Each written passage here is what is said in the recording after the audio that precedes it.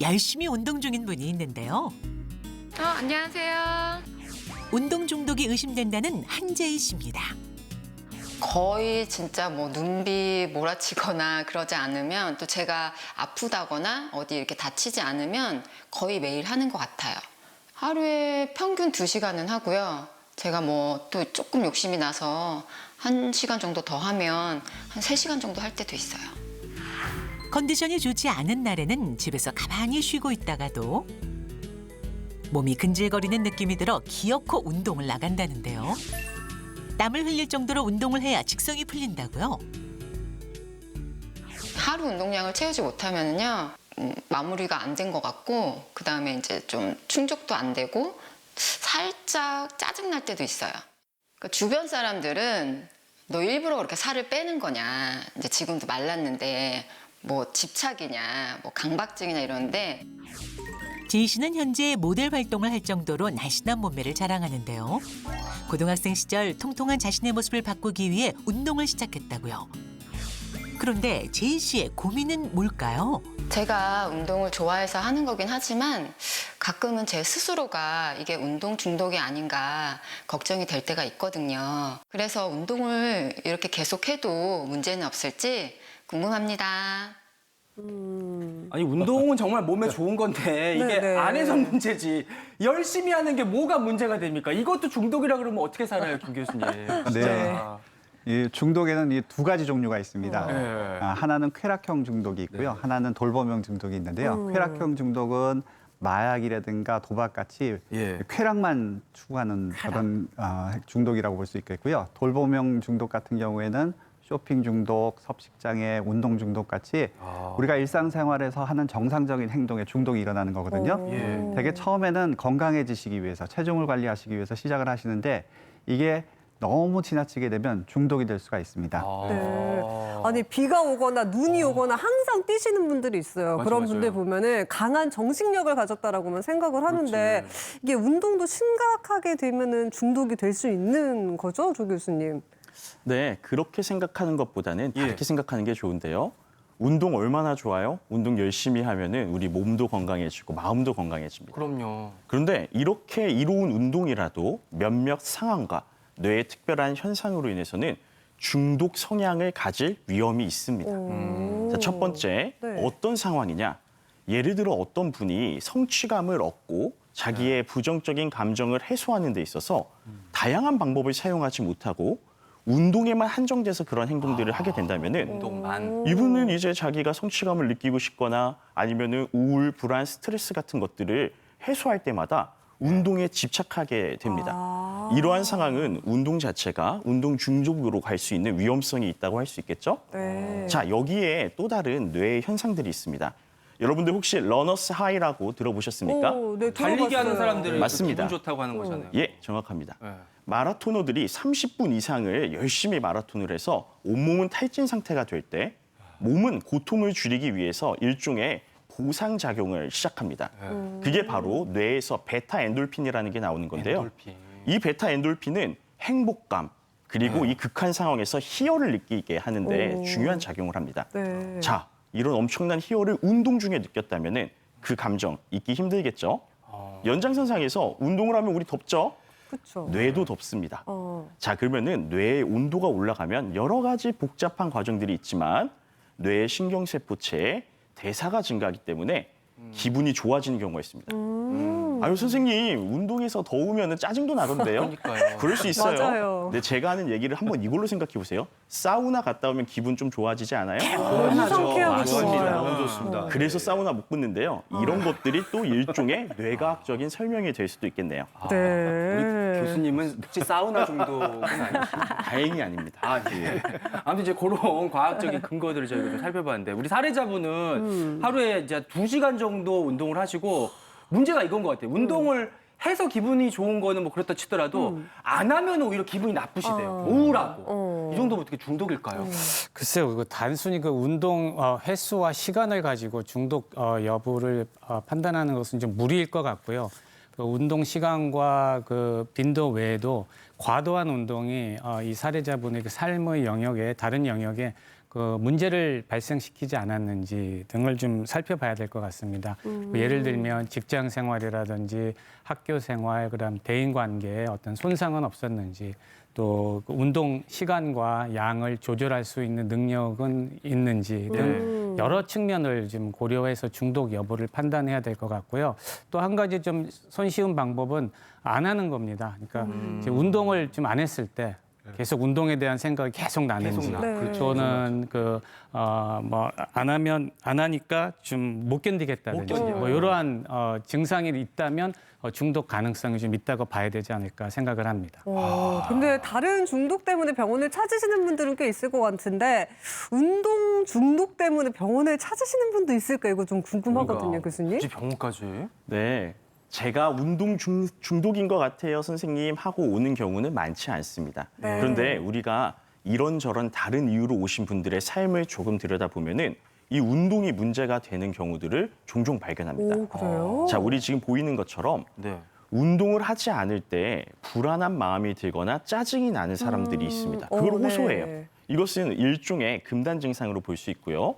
늘 하던 운동보다 10분이라도 5분이라도 더 해야지 성취감을 느끼는 분들이 계세요. 이거 아까 전에 제가 설명드렸던 내성과 조금 닮아 있죠? 그렇네요. 그리고 이 운동을 했을 때 반대로 성취감을 얻기 위한 게 아니라 죄책감을 덜기 위해서 하는 분들도 계십니다. 안 하면 죄책감 들어요. 맞습니다. 이분들은 운동을 계속 해야지만 죄책감을 덜기 때문에 더 여기에 집착을 하게 됩니다. 이런 것들이 종합해서 봤을 때 중요한 만남이 있거나 내일 시험이 있거나 하는데도 불구하고 운동 행동을 어쩔 수 없이 하게 되는 거, 힘들어도. 이런 것들은 일상생활에 문제가 되죠. 이런 분들이 종종 오십니다. 종종 있어요. 그렇군요. 그래도 다른 것이 아니라 이 운동이니까 좀 이게 좋은 중독이 아닐까요? 그래요. 교수님? 그리고 피해 주는 것도 아니고. 네. 네, 근데 문제는 운동 중독이 되시면 운동 때문에 몸을 다치셔도 운동을 하셔야 되고요. 또 몸이 병 때문에 아프신데도 불구하고 또 운동을 하셔야 돼서 건강을 해치시게 됩니다. 흔히 이제 스포츠 손상이라고 무리하게 운동을 하신다거나 아니면 몸에 맞는 운동이라고 하더라도 너무 자주 운동을 하셔서 손상이 생기는 경우가 있는데요. 보통 저희가 이제 30대 중반부터는 근력이 떨어지고 또 30대부터는 좀 이렇게 그 인대가 유연성이 떨어지게 되고요. 네. 또 50대부터는 뼈도 약해지게 되거든요. 그렇죠. 그러면 이런 연령적인 특성, 유연성, 그다음에 남녀 성별 이런 것들을 고려해서 운동 프로그램을 짜야 되는데 이런 분들은 그냥 그런 건 상관없이 무대뽀로 운동을 하세요. 그러시다 보니까 관절을 무리하게 사용하셔서 과사용 증후군이라고 하는 문제가 생기시게 되는데 예를 들어서 조깅이라든가 등산 같은 걸 너무 심하게 하시게 되면 무릎이나 발목에 문제가 생기시게 되고요. 척추도 나빠지시게 됩니다.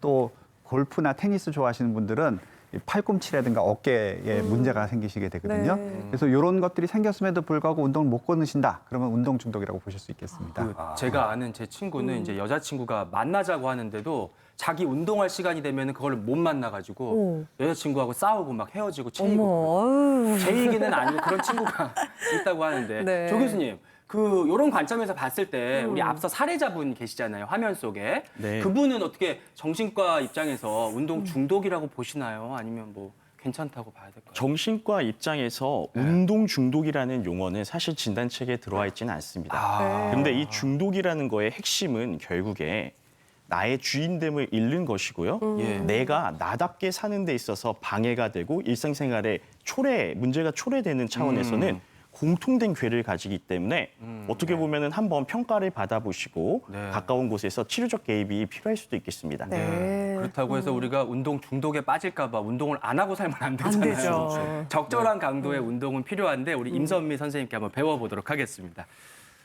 저도 우리 이제 오랜만에 무리되지 않는 범위 운동을 내에서 그렇죠? 배워보도록 일상을 하겠습니다. 즐기면서 할 수 있는 예, 적절한 예. 운동. 네네. 예. 네, 우리는 운동 중독이 올 때까지 운동하는 일은 거의 없을 거의 텐데요. 없죠. 저는 중독이 되고 싶어요. 근데 안 하니까. 네, 중독에 빠지면 몸과 내면에 불균형이 찾아옵니다. 예. 그리고 오늘은 몸과 마음의 균형을 찾고 전신의 혈액순환에 도움을 줄 수 있는 요가 동작 3가지를 알려드리겠습니다. 예. 먼저 매트 안에 들어가셔서 두 다리는 골반 넓이, 자, 요렇게. 네. 골반 넓이 2배 반 정도 벌려주실 거고요. 네. 뒤꿈치와 뒤꿈치는 일직선으로 맞춰줍니다. 이때 오른 무릎은 90도 직각으로 낮춰주시면서 오. 두 팔을 활짝 열어 어깨선상에서 평행을 유지하세요. 약간 펜싱 선수가 네. 찍을 때. 네, 시선은 그렇다고? 오른손을 따라가시면서 네, 유지하실 때 이때 골반이 앞으로 쏟아지지 않게 중립 상태를 유지해 주시는 겁니다. 네, 그래서 복부의 힘, 두 다리의 동등한 힘을 유지해 주시면서 호흡 3번 해주시면 됩니다.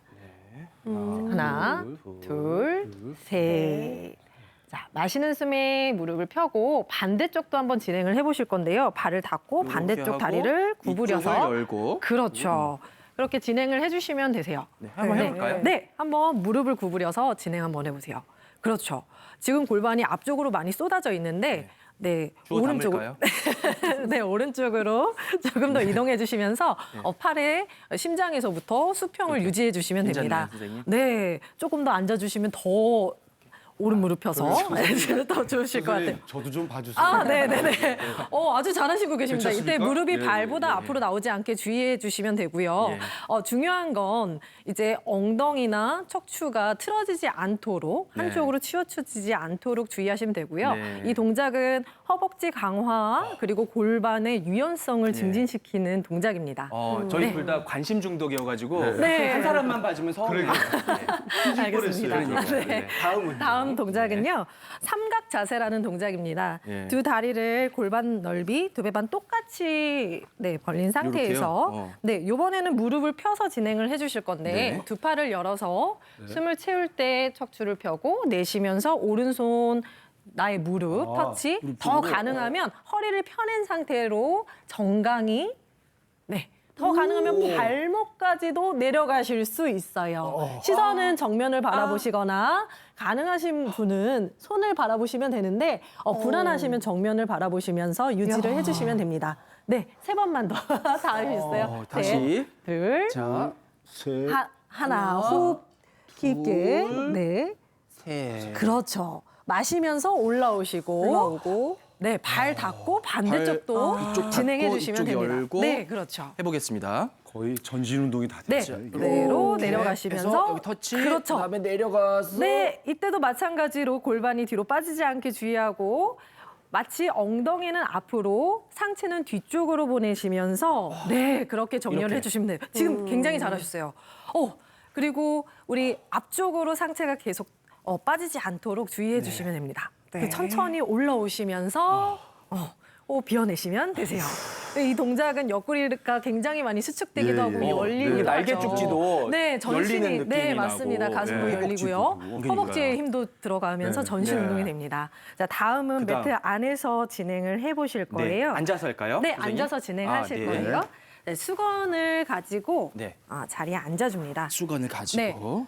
반듯한 자세는요. 예. 우리가 척추를 펴냈을 때 반듯한 자세인데 보통은 스마트폰을 하거나 또는 컴퓨터를 할 때 등이 많이 말려져 있죠. 맞아요. 네. 그죠. 그래서 항상 이 굽어져 상태로 있어요. 거북목 상태로 계속 예, 예, 유지를 계속. 해주시는데 네. 그 자세는 그렇게 좋지 않습니다. 아, 그래서 복부를 당겨서 척추를 펴낸 자세를 앉았을 때도 계속 유지해 주시는 게 좋고 네, 이제 다리를 좀 모아주셔서 모아요. 네, 무릎을 구부려도 좋아요. 양손으로 우리 수건을 잡아서 발에 걸어주실 걸어주고. 거예요. 네. 내가 허리를 펴냈는지 다시 한번 확인해 보시고 괜찮으면 이제 다리를 쭉 펴거나 앞쪽으로 복부를 당겨서 내려가시면 되세요. 네. 많이 내려가지 않아도 괜찮지만 허리가 뒤로 빠지지 않게 이거 굉장히 주의해 주시면 힘들거든요, 사실. 네, 되세요. 이 동작은 음식 중독에도 도움이 되고요. 진짜요? 네. 이게 그래서 상당히 제일 필요한 식욕 억제 효과에도 운동인데, 예. 도움을 줄 수 있어요. 특히나 복부 내장 지방 감소, 그다음에 허벅지 그렇네. 뒷면 햄스트링을 늘려주시면서 또 유연성을 증진시킵니다. 너무 힘드니까. 네, 김승희 아나운서는 배가 내려가는 게 아니라 어깨가 내려가네요. 네, 맞습니다. 3번의 호흡 더 어깨. 유지하시고 숨 채우고 또 비워내고 한 번 더 마셨다가 비워내시면 됩니다. 이렇게. 마시면서 이렇게 올라오시고. 해주고. 네, 예. 좋습니다. 요거 네. 틈틈이 해보면은 약간 잡생각도 좀 사라지면서 이렇게 맞습니다. 하루를 좀 뭔가 리프레시할 수 있는 네, 그런 본인한테 기분이 될 것 집중이 같아요. 되죠. 네, 네. 여기까지 배우겠습니다. 감사합니다. 네. 네, 음식 중독 있으신 분 제일 이렇게 좋아요. 중독이 아닌 좋은 습관 만드는 운동법을 배워봤습니다.